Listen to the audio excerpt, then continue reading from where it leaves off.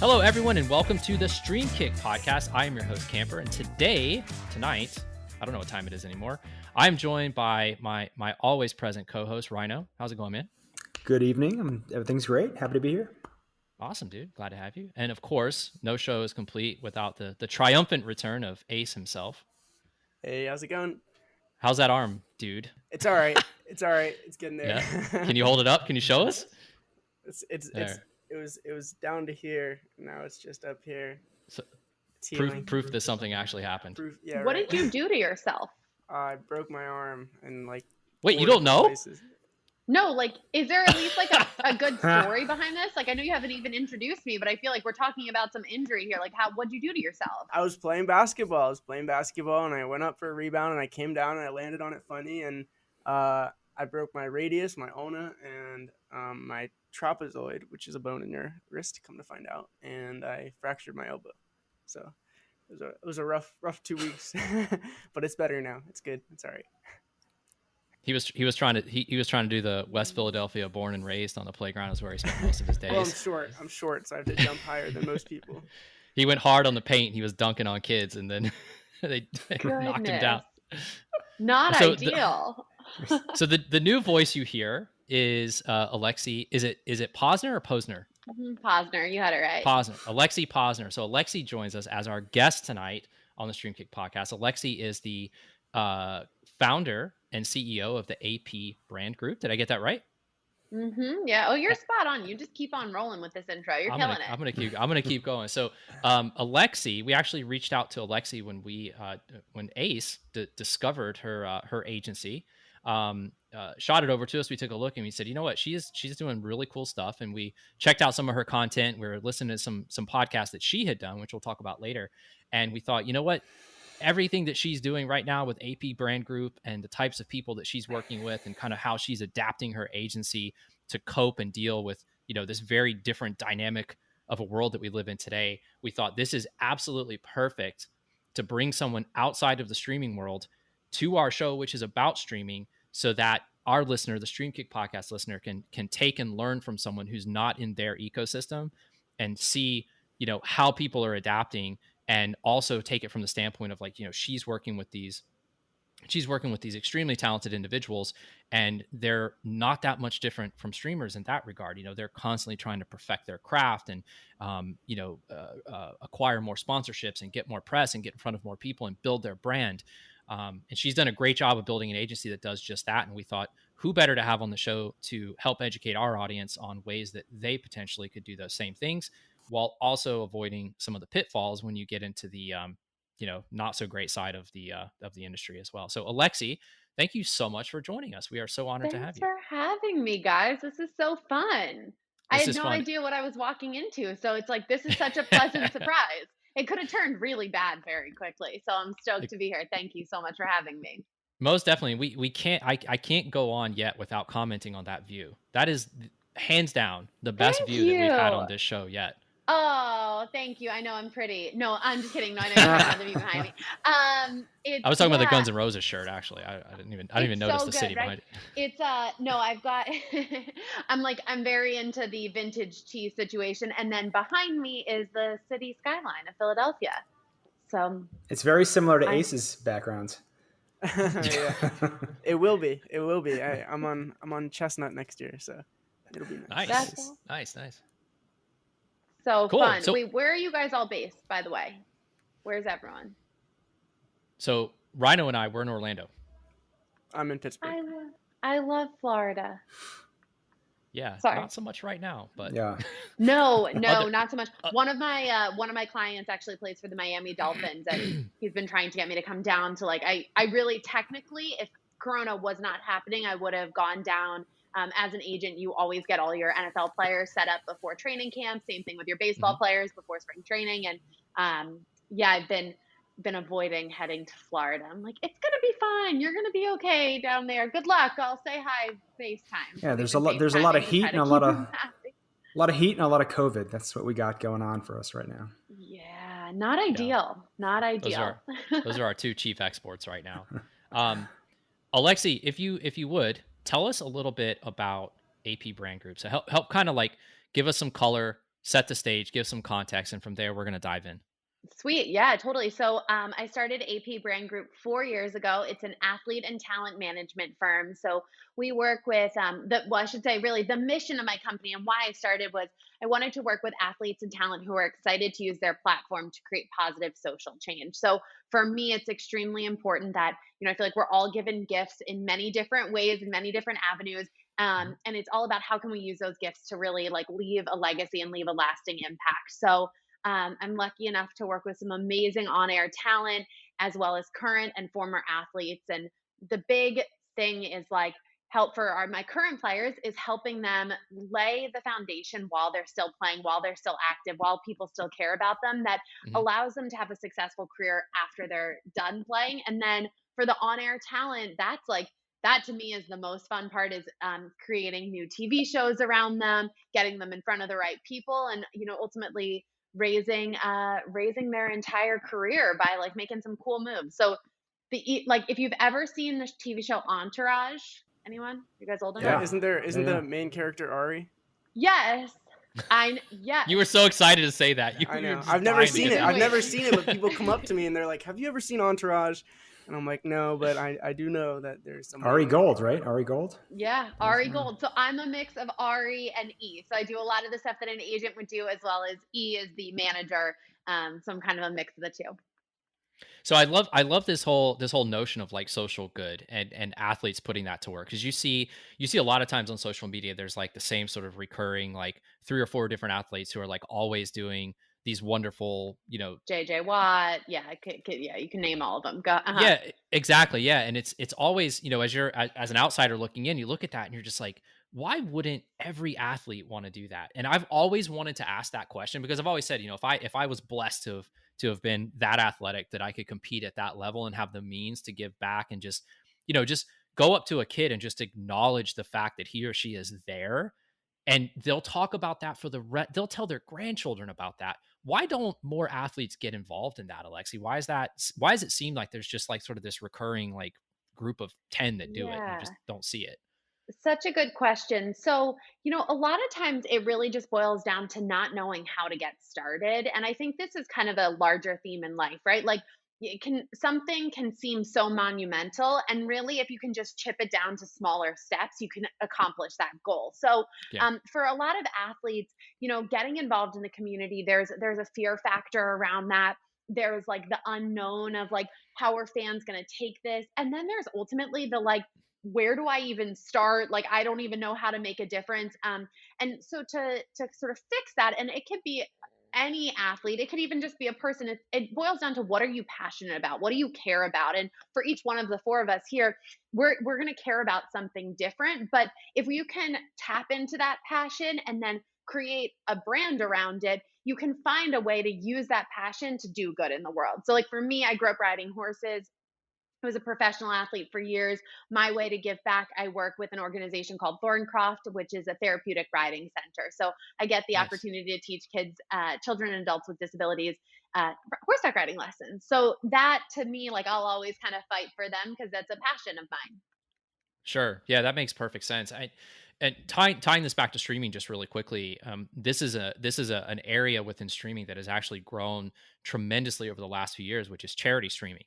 So early on in this like live streaming landscape, when you had the early days of Twitch, you didn't really have that whole charity thing that was happening because nobody knew what the fuck they were doing, right? They would just, it was just like, okay, people just need to figure out what live streaming is, who's good at it, who's bad at it, and just kind of let things go. And then once the dust had settled a little bit, then the charity started to get involved, and they said, you know what? And it's crazy because it kind of goes back to like that old school, like the old school charity drives that they would have on TV, where you would, they'd put on a variety show and you would call in and you would, pledge over the phone or whatever.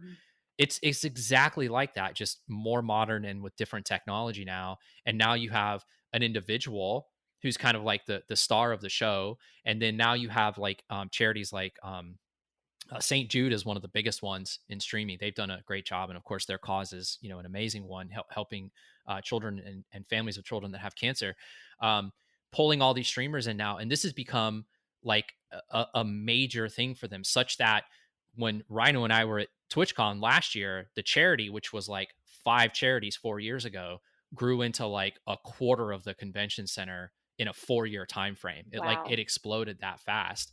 So I'm just kind of curious, like how deeply integrated into, professional sports is charity? I mean, is it, kind of at the same sort of clip that it is in live streaming, would you say? Yeah, for sure. I mean, every team and every organization, as well as all of the all like the larger operating properties, the NFL, the MLB, they all have multiple charity partners. So on a surface level, it's extremely easy to get involved in charities because most of the teams themselves have something. Most of the overarching organizing factors have something going on. But yes, for sure. I mean, and then you think about like how many sport charity events, like charity softball games and bowling events, Yeah. and a lot of these athletes are doing stuff too. So yeah, for sure, it's definitely prevalent, and it's definitely easy to get involved if you just know the right questions to ask and like know the right people to ask and have the right people on your team to help. So it's and that's possible. You.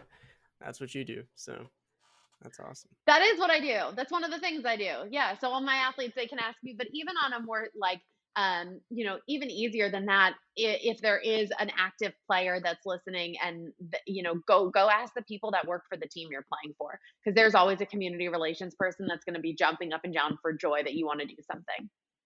Yeah, and I feel like that's a good point. I feel like in streaming though, a lot of streamers are just they're themselves, right? They don't have, there's no teams. I mean, there are, but not really. There's not really like that notion of the team. They're sort of an individual on an island, Mm-hmm. and many of them have huge hearts and they want to do these good things, but they're just overwhelmed, right? They have their own content they have to be responsible for. They're their own editors. They're their own marketing person. They're their own, CFO, all of these things. Like they have to do all of that. So one thing I would really love to talk to you about tonight, where I think you can bring a lot of value to this audience, is, your role as, I mean, are you considered an agent? Is that the right, like? Yeah, I call myself a talent manager because Okay. it's like the least, like there's the least amount of tension that occurs. So when you're a Right. publicists don't like to work with other publicists. Agents get all like up in arms if they're going to work with another agent. Like there's kind of a lot of connotation around like the titles, and I picked manager because it's kind of the least like aggressive of all of them. It Yeah. allows me the most room to be able to work with the most amount of people. Yeah, I feel like the agent is always like saying like, okay, how can I help my client make a buck? Whereas a Yes, manager, it's not just about that. It's more about like, managing an image, managing a brand, getting involved totally. on a social side and all that. So yeah, as we continue talking tonight, I really want to dig into that more and just see, because Yeah. I think a lot of streamers would love to do this, but they're so overwhelmed with what they have. And if they knew that there were people like you that existed that potentially, I mean, I don't think you represent streamers, but potentially could represent them and help them, and kind of like say, hey, yes, we can put your talent to work, and you'll have someone who's looking out for your best interest and connecting you with the right charities, the right people, and doing this correctly. Yeah, I think that'd be amazing. Yeah, you make a really good point though, which is that everybody can't do everything all the time. And that's sort of a key thing. Like one of my company policies is that like I would rather dig a 100-foot hole than 101-foot holes, because it's less successful and it actually it like dilutes the product that you're bringing forward. And that really is the same thing when it comes to brands. And when I refer to brands, I mean like people, athletes, Hmm. talent in any way, shape, or form that is. And if you're trying to do everything and you're trying to do it all yourself, you're just ultimately diluting the brand. So I do this exercise with a lot of my clients, which is, do you remember like back in maybe elementary school, like word bubble charts, where like you write a word in the middle, you circle it, and then you do like the spider web off of it? Oh yeah. Yep. So I do that with all my clients, where I'm like, put your name in the middle, and then I want you to do 5 spider legs off of this and fill in 5 bubbles. And that way we can start to hone in. And those are 5 things that make up that person. So one, I kind of already mentioned him, Matt Collins, who plays for the Dolphins. He is obsessed. Obviously, we've got football as one of his bubbles. He's obsessed with reptiles. He's education is super important to him, and bikes, and then vinyl records. Like those are like the things he's like so passionate about and like make up his brand. And then I look at like, okay, how can we not only make sure your social media is hitting all 5 of those bubbles on a regular basis? Like, what's your charity work look like, and how is that hitting all those bubbles? And I think that's just an easy way, even for all 4 of us, to start to boil down like who we are, what we're made up of, and then make sure that all facets of our lives are kind of like pouring into those different sections. And for me, as a color coder, OCD organized person, I'm like, love the bubbles, color code the chart, like, kind of put some order to the disarray. That's definitely some advice that every single streamer and every single person in this industry can take as well. And we talk about it all the time here. We say trying to do everything for everybody never works, and specialization is how you got to do it. And we constantly talk about the idea of straying away from doing all of these things because you think you're going to dip your toes in the water of a bunch of different ponds and see what sticks there, and not really reaching for any particular audience. And streamers have a constant dilemma of what game to stream, because they might like to play one more, but another one might get them more viewers. So that's something that we talk about a lot, and I think is really relevant, and that's definitely an activity or a practice that I think would value, streamers would take a lot of value from doing that alone, and just figuring out what it is about their brand that's going to make them unique, and what they need to focus on to make that happen. Totally. Yeah. Cause I mean, if you're diluting out your brand, you're diluting your followership. Right. And like, that's even if you just look at somebody's Instagram account, you should be able to look pretty, if they're a public image, right? Like if they're a Joe Schmo and we don't really, whatever, like if you look at my Instagram account, you're going to see a hodgepodge of a ton of different things. I'm not trying to be some like big personality in myself, but you should be able to look pretty quickly and understand like who they are and I use the word like what feeling they're evoking, because ultimately a brand is evoking a feeling. And so everything that you should be doing, like evoking emotion. So like everything that you should be doing is like needs to be feeding into the evoking of that emotion. So I agree. Yeah, I agree with you. I absolutely, like, I think it's what you said right there, like, you should be able to go anywhere that person is present, and you should be able to consume their content, whatever form that takes, and walk away and understand, okay, who is this person? What are they all about? What makes them different? What makes them unique? And you have a brief instant there as a brand, as a creator, to capture that person's interest before they're going to move on to the next thing, right? Because that's just kind of how we operate. And that's what, especially with technology, kind of the way it is today, that's just how our brains are trained to operate, or we've been retrained to operate. We just kind of go to the next thing, to the next thing, to the next thing, until something catches our eye, and then we focus very intently on that thing, right? And I think that's one thing to Ace's point, where streamers really, really lose it, is they try to be everything to everyone, right? They try to say like, okay, how can I get the most people into my community? How can I draw the biggest crowd into my community? When in reality, long term, your strategy is significantly better for you and your community if you focus on quality above quantity, right? So I'd kind of love to hear your thoughts on that too, because you've given us a lot of insight just in general on kind of how you approach this stuff. But how does that sort of bounce against like what you do with your agency and with your talent?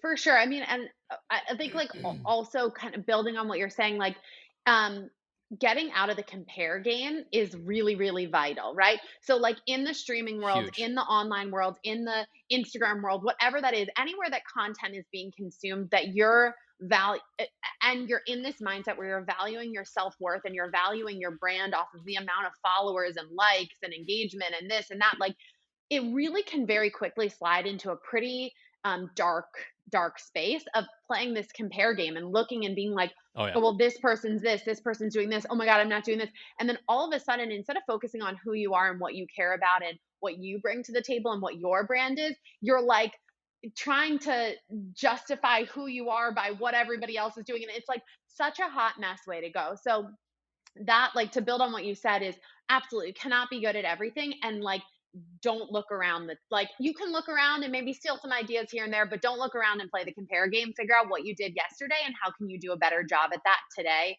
as yourself, as your personal brand. So I'm also curious to know, so that's all extremely valuable insight. A lot of the questions that we get is from smaller content creators and streamers and people who don't necessarily have an audience yet. it's a lot harder for them to kind of understand how to differentiate themselves. Do you work with, I know you work with a lot of big names.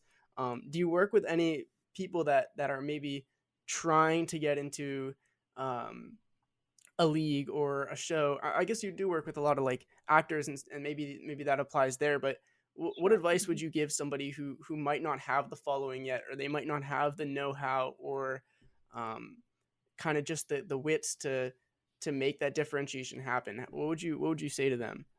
Yeah, it's a great question. I actually do work with somebody who has, I would call them like a mid-tier following. He has his specialization, former MLB player, played for 5 years in the big leagues, and has about 10 years playtime.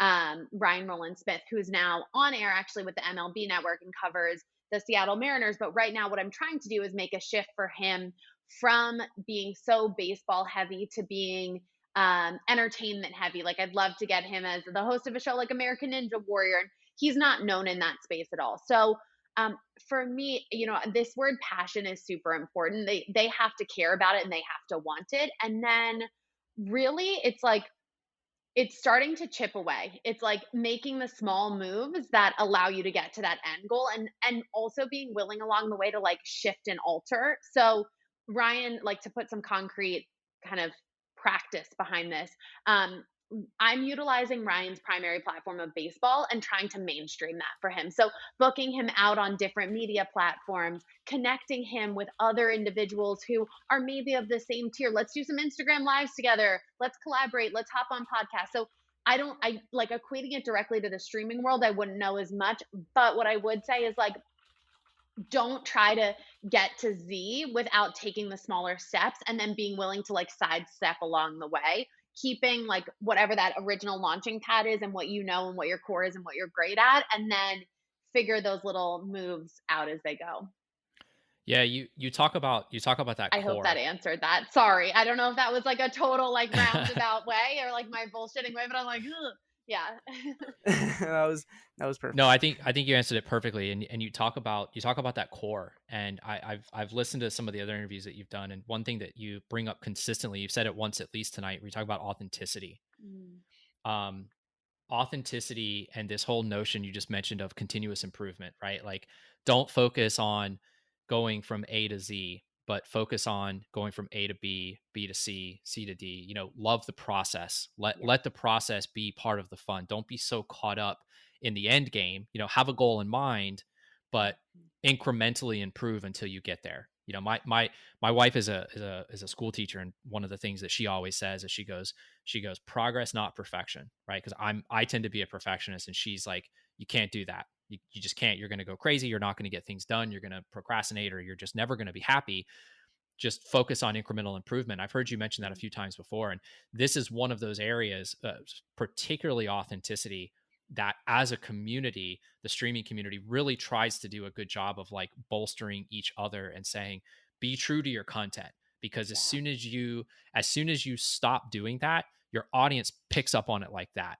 It's apparent immediately. Like, you can zone in almost to the second that it happens, and that's when you start noticing things change. You start worrying about things like view count. You start paying attention to people trolling in chat, just doing the types of things that shitty people do or try to bring you down, and that becomes the thing you focus on, and you lose sight of what it is that brought you to where you are, and kind of what are the things that are helping you get to that next step. So I'm curious, authenticity and continuous improvement, how do you operationalize or internalize that personally as Alexy in your day-to-day? Like, how do you live the thing you say? Yeah, totally. Yes, absolutely. So just to kind of continue to touch on that point you made, the audience now is so smart. Our audiences across all platforms are so smart, and they can tell right away when something's like a paid advertisement and, whatever, it's not real to you, it's not authentic to you. And so absolutely, like, if you are going to do a brand integration, right? Like, figuring out ways that it actually makes sense. I would never let one of my talent do a sponsorship deal with a product or a thing that they've never used and don't like. And like, there has to be some sort of authentic connection, and then figuring out an integrated like brand strategy that it makes sense and it's exciting for the viewers as well. So for myself, So that's such a funny question. So I have like a couple things. I am very much so in love with the journey. And there's a phrase that I have to kind of remind myself of all the time, which is perfectly imperfect. And so Mm-hmm. really enjoying those flaws. So I have like one pattern of practice, which is like every morning I make my bed. So it starts out a win. So no matter how crazy the day is going to end up going, I've made my bed and it's going to be a win for that day. But yeah, that's kind of, I don't know. I think it's just enjoying the journey, and I have to check myself, and I have an awesome, awesome group of people and colleagues and mentors that also have to remind me. And there are a few individuals that I'll see and I watch what they're doing and I see their jobs and their careers, and I kind of use it as a little bit of fuel for myself. I'm like, all right, okay, For cool. I sure. see you over there, whatever. And it motivates you. But ultimately playing any sort of compare game and focusing in on controlling what you can control, that's really the key thing. And like, I can't really control how I land on people. I can only control my energy, effort, and how I show up every day.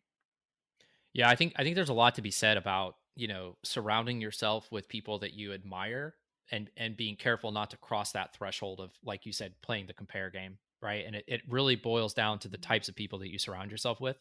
If you're going to pull people in and you're going to compare yourself to them, and focus on what they do, there's going to be just this sort of natural toxicity that just develops as a result of that. Whether it's anyone's fault or not, it just kind of happens that way because that's the nature of comparing things. But I think there's a very important distinction to make between aspiring to be better and comparing yourself to those that you feel are better. Right. Yeah. There's a subtle difference there, but it's a big difference there. And I think people get stuck in that a lot of times and fail to make that distinction. How do you take what we just talked about, and how do you infuse that into the talent that you represent? Because I would imagine to some extent you're not just managing this talent. In some ways, I would imagine you're almost like a psychiatrist at times for people, right? Because you've got to get them in the right mind frame, right headspace to kind of do the things that you're saying. This is good for you. This is good for your brain. You need to do this. You need to guide them to that.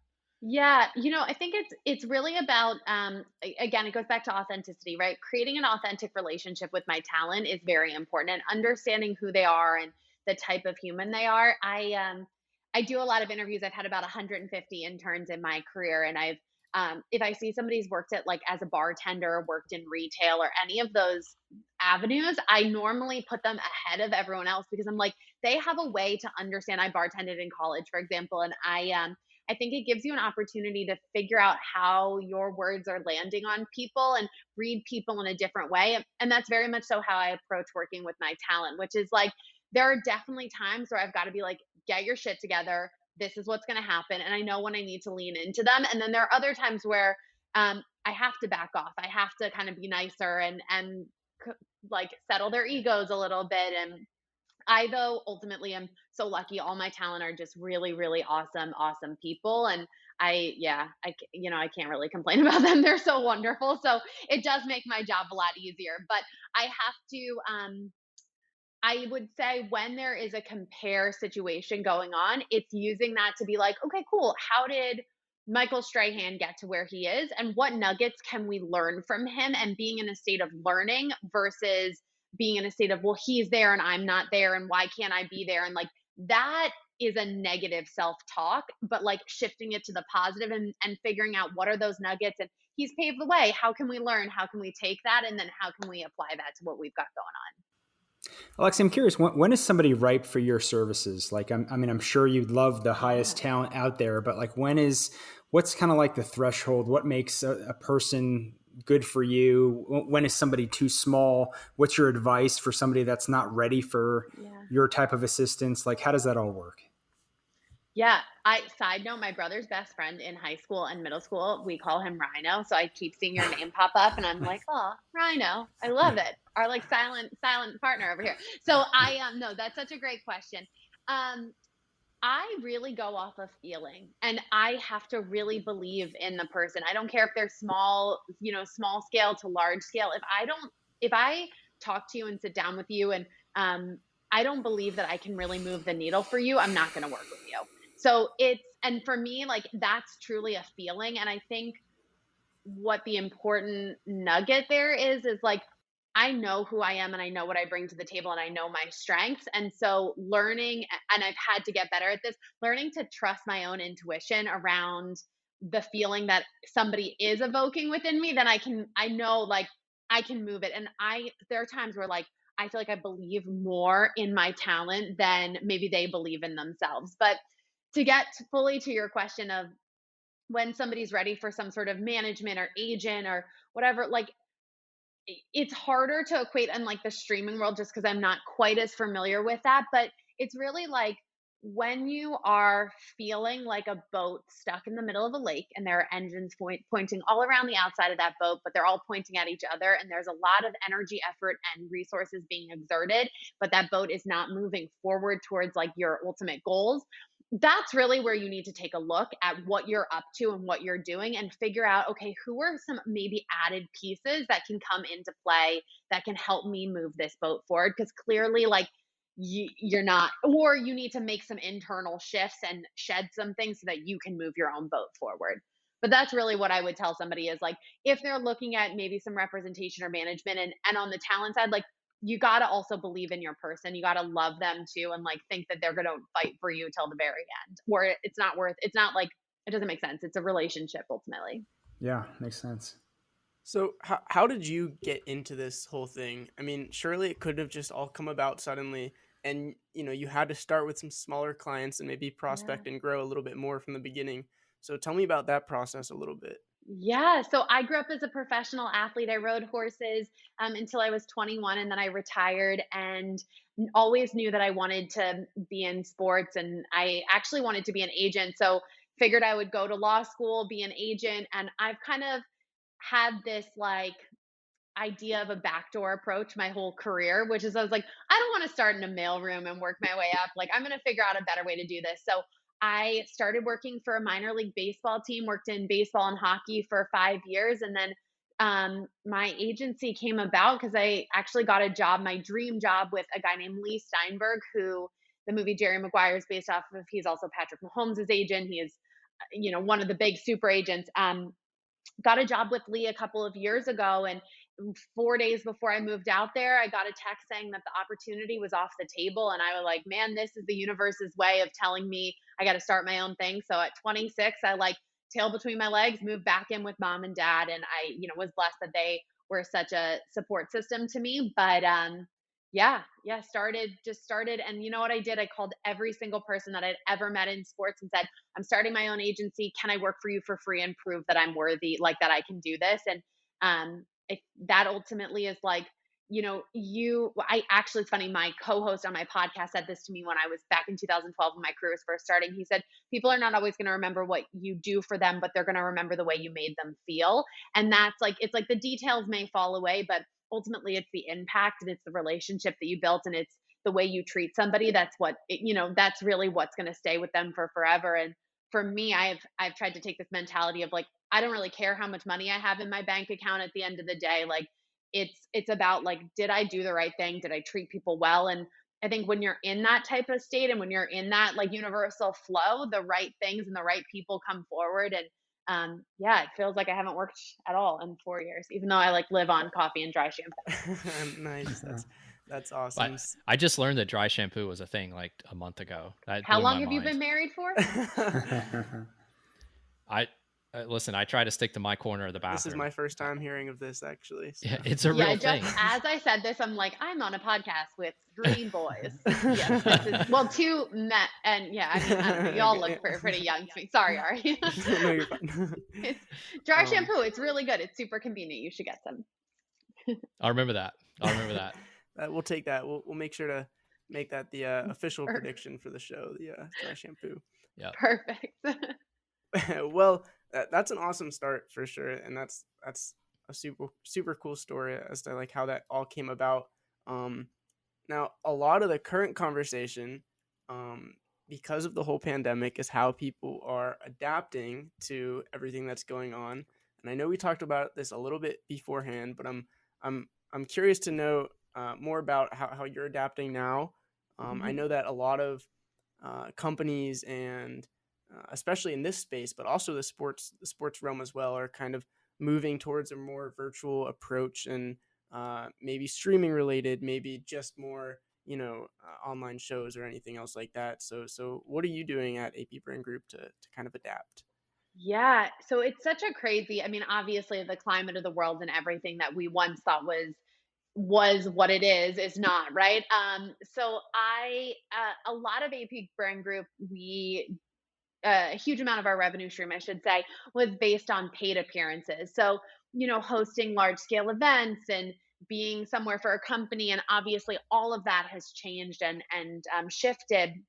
So we're doing all virtual appearances, which was a really cool, like, mind fuckery, for lack of better words. For me, I'm like, holy shit, my business is going to go under. How can I, like, figure out a way to redo and reface how this is working? So I have a mixology client who's one of the number one mixologists in the world, and we're doing live streaming events with him. We've got a whole setup, and it's been actually really cool. Like, I have to say, technology technology is incredible, even though I'm terrible at most of it.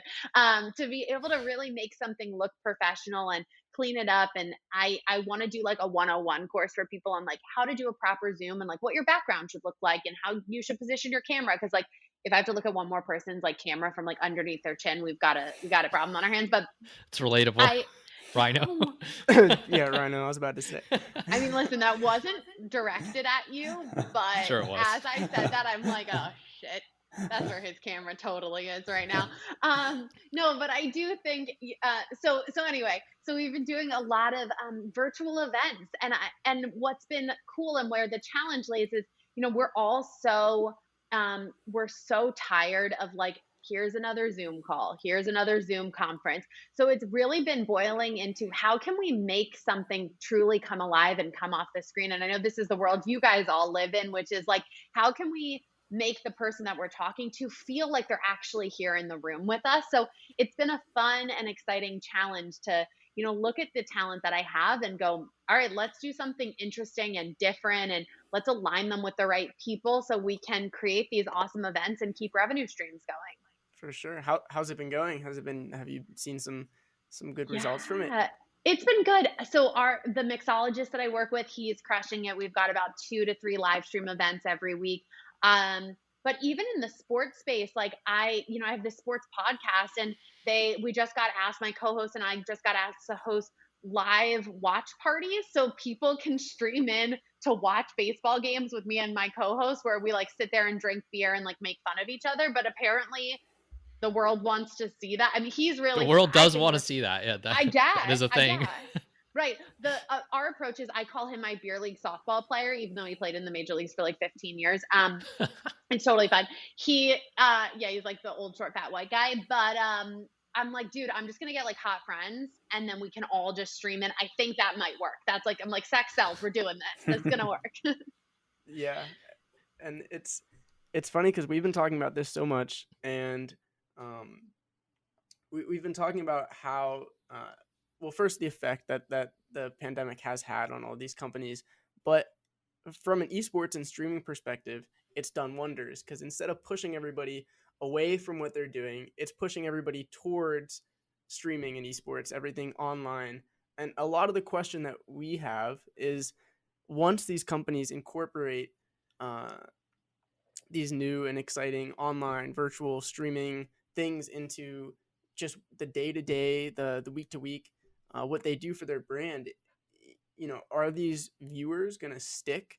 Or is this going to be something that's going to be incorporated further after this is all over, hopefully, into the brand and the company? Do you think that a lot of the stuff you're doing now is going to stick, and it's going to be, you've really embraced this whole thing and kind of capitalized and made content that you think will be continuing after this? Yeah, for sure. I mean, even just from a talent perspective, the talent's so excited not to leave their home. Like, they're, guys that were flying hundreds of thousands of miles all over the place, gone from their family, guys and girls, I should say, gone from their families. All of a sudden, they're making money from the comfort of their own home. They go lock the door for 30 minutes, do their thing, and like come back out, and they've just gotten a great paycheck. So I 100% think that this is going to continue for quite a while.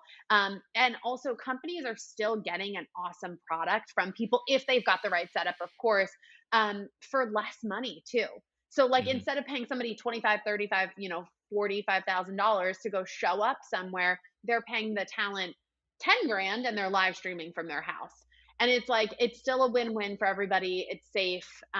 Less The setup, one, less everything. yeah, totally. And one thing too is like, this is my challenge to everybody is I hear, I would say the two biggest things that I think make people successful is your ability to control your own self-talk and realizing that you can only control what you can control, kind of thing. And so with that is like, when this pandemic hit, I had like over $250,000 in appearances that were canceled.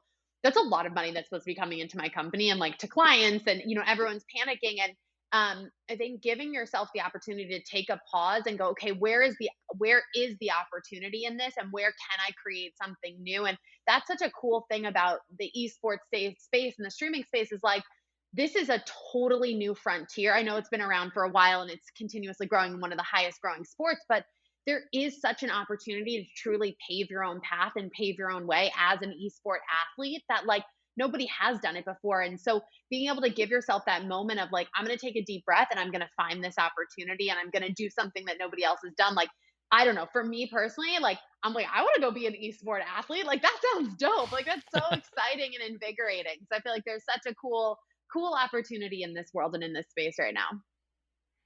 Yeah, I think one of the things that the pandemic, I mean, if you try to find silver lining on things, right? And I think one of the true silver linings on this whole COVID thing is that it has you know unmercifully exposed all of the egregious bullshit efficiencies that exist in our lives in general, right? In our personal lives, in our corporate lives, and just in general, just there's so much shit we do on a daily basis that makes no fucking sense at all. And then we get slapped in the mouth with a pandemic, and then all of a sudden we're like, you're like 2 months into it, and you're like, oh, I haven't done that dumb thing in a while. Why did I ever do that thing?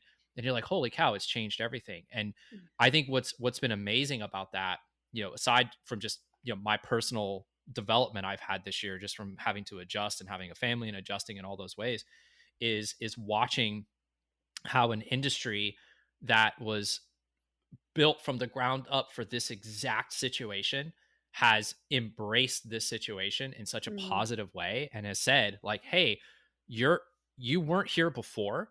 Okay. Like in a lot of ways, like traditional sports kind of shit on esports as just like, oh yeah, that's that fat dumb kid in the basement that just, does whatever and eats Doritos and drinks Mountain Dew. Yeah. And then all of a sudden when shit hits the fan, where are they going? Right? The sports are going like, oh fuck, maybe that's not such a bad idea after all. Like maybe we should check that thing out. And streaming, the whole streaming community has been like, absolutely. Like our door has always been open. Come on in. We'll show you how to do it. We'll get you set up and it's going to be amazing. And then what you're seeing a lot of these athletes, not saying that these athletes were, bad mouthing the industry or anything, but you're seeing a lot of these athletes who are now saying like, yeah, like, I was playing games this whole time, or I was big on, Madden, or I was, big on NBA 2K or whatever it might be. And now they're like, they're entertaining their audience in a different way, in a different medium that had never really been something that they would have considered before. And now it's giving them a great outlet at a time when they can't get on the field, they can't get on the court, they can't do the traditional thing, but they're finding a way that they can continue to connect with their audience. And I just love the fact that the streaming world has just been so open and receptive to that. And that so many more people are now getting introduced to streaming, and through traditional sports, they're starting to discover esports, and they're starting to see why, millions upon millions of people tune in every year, to the tune of like close to 200 million people for some of these events. Those are insane numbers. Yeah. And now people are looking at it going like, holy shit, those are insane numbers. And people are like, we've been telling you that for years. And it's finally starting to catch on. So that was a long-winded way of just kind of throwing out there and just saying like, have you at AP Brand Group, or you as Alexy personally, have you ever considered just getting your feet wet with esports, or just saying, you know what, now's the time. Maybe now we like really, look at this thing and maybe invest in this thing. I mean, it's definitely something super interesting. There's a company called 76 Capital that has their Ryan Howard's like an investor in them. They work with Brian Yep. Westbrook, like a bunch of guys they're based here in Philly and they're good friends of mine. And I met with them like a year ago and they kind of had said to me like, dude, I really think you should get into representing somebody in esports. And for me, with the right teammates on my team, wink, wink, nudge, nudge, Ari, we might figure out a way to like get some esporters in this realm. But I personally don't, I won't take on somebody if I don't know anything about their sport. And I think like I would need to do a little bit of research. My knowledge of gaming is like N64, Mario Kart, like James Bond, GoldenEye, like those days on the platform. No So shame in that. yes, No shame in that. no shame, dude. I can kick anybody's ass in Mario Kart on N64, not on Switch or Wii or any of these or Twitch or whatever. None of those, but like for sure N64. So yeah, I just like again, it goes back to that authenticity that I feel like if I don't know something about their industry, I would hate to take somebody on and not feel like I could fully accomplish and fully fulfill what they were hoping for. But it's definitely been on the forefront of my mind. I know Philly was on the market to build a big esport arena, and for sure. And even like going back to your point, a ton of athletes and a ton of my athletes, like all they do is video game, like especially baseball boys. It was funny. I was talking to a friend of mine who is the athletic coach for the Tigers. And I'm like, dude, are you worried? Like everybody's got to do these COVID tests all the time. And the guys are on kind of lockdown. He's like, seriously, like 11 of our, whatever, 50 players walk off the bus with some sort of gaming in their hands, and like everyone sets up in different rooms and they just like game all night long. And I'm like, Yeah. Got it. Okay, cool. So it is such a huge thing for like, other professional athletes are obsessed with gaming too. Yeah, it's for sure. It's a cultural thing. It really has become. I mean, I think it's been a cultural thing for a long time, but I think it's Yeah. far more mainstream now than it's ever been before. And it's great to see, like again, going back to what I was saying before, that there was such a sort of smooth and almost kind of like natural transition from the way the world was to the way the world currently is, and who knows what it's going to be and what that's going to look like. But I feel like those two worlds have blended together so smoothly at this point that I feel like whatever it becomes is going to be right. Whatever that looks like, whatever that feels like, it's just going to be right. Something I wanted to kind of bounce off of you. We covered this on this week's episode of the show. We talked about this talent agency that just went under, the Online Performers Group, OPG. They were one of the original kind of OG esports and like streaming talent agencies. They more specialized on like the streaming side than the esports side. Okay. And they went under for some not great reasons this past week. In the process of doing that, they had about 300 to 400 individuals that just overnight were just like, shit, what do I've lost my representation. It's just gone. Wait, they have like 300 to 400 clients. Yeah. Holy yeah. So smokes, that is a huge agency. Yeah. They've been there since the beginning, and the CEO got involved in some potentially very, very bad things. It's all sort of like up in the air right now, but it's not great. And so the agency folded as a result of that, because the bigger streamers were just like, listen, I don't need that shit. Like, just miss me with that. And so a lot of other streamers were hanging on thinking like, oh, this agency will make it. They've been there forever. And the agency just noped out this week and said, we're done. We're shutting the doors. We're out. Ooh. P.S. Good luck.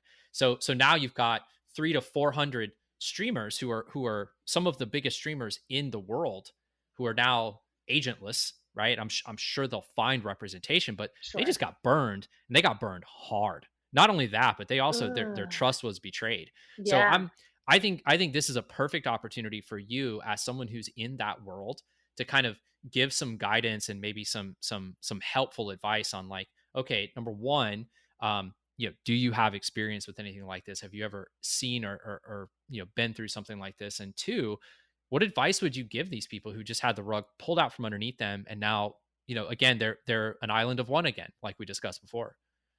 Yeah. Holy moly. That's not ideal.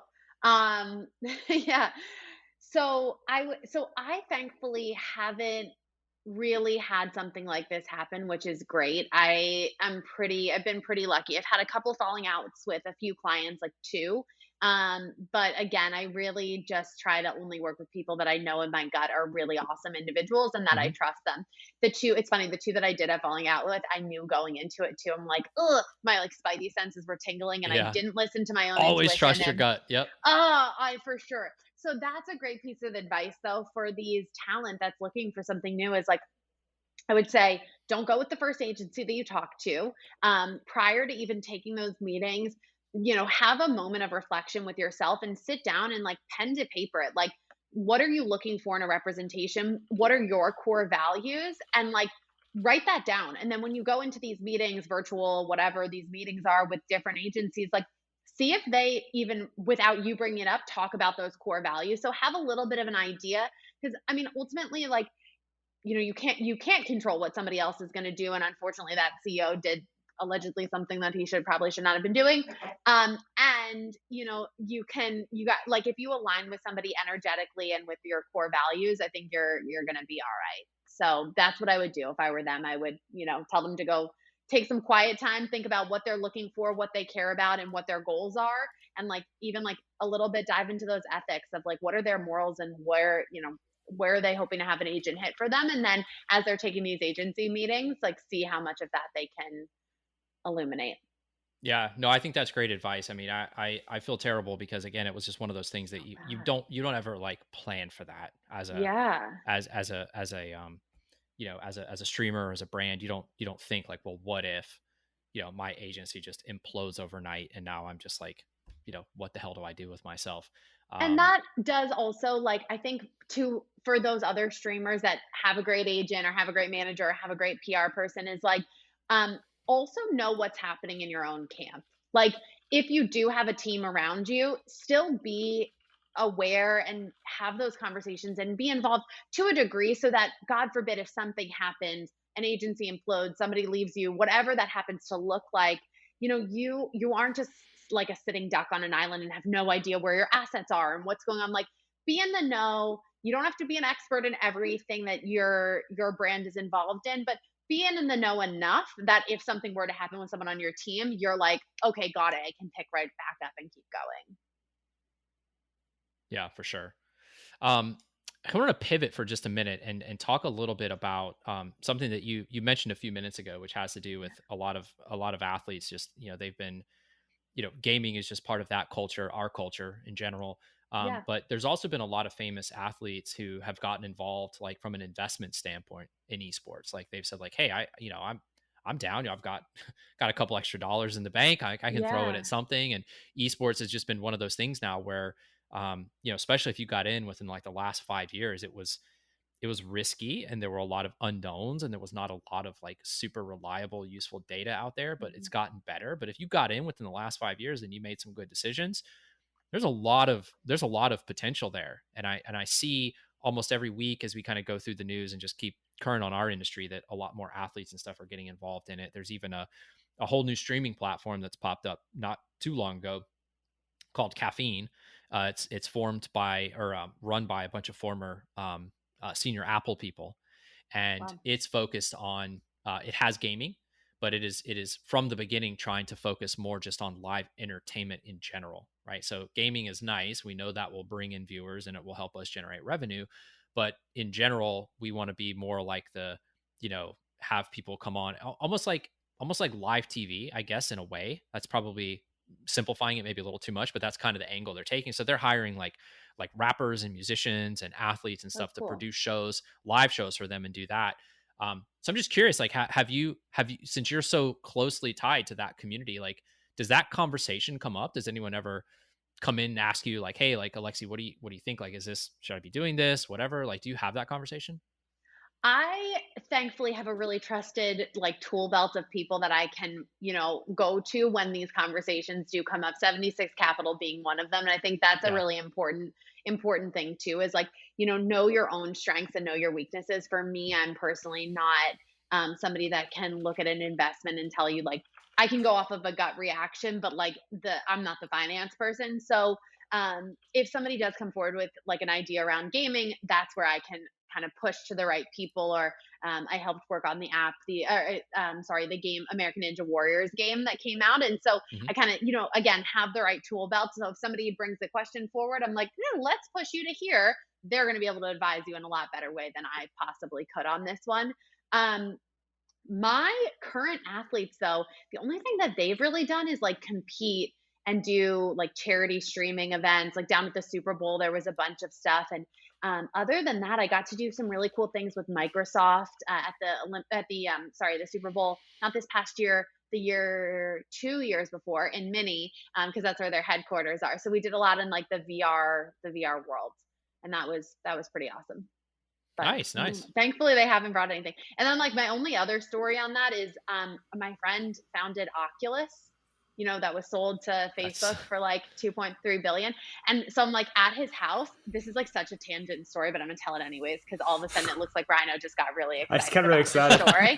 He got really into it. I'm like, oh my God, I finally said something. He's like, that's a nice friend. Yes. Okay. So I'm at Brandon's house, and literally he is serving me and my other friend wine. There was like 4 of us there, and he's like serving us wine, whatever. I was raised very properly. Like I understand good wine, all this stuff. And I'm like, he pours us a glass, and I'm like, take a swig. I'm like, shit, this is delicious. Like not. I totally thought you were going somewhere else with that.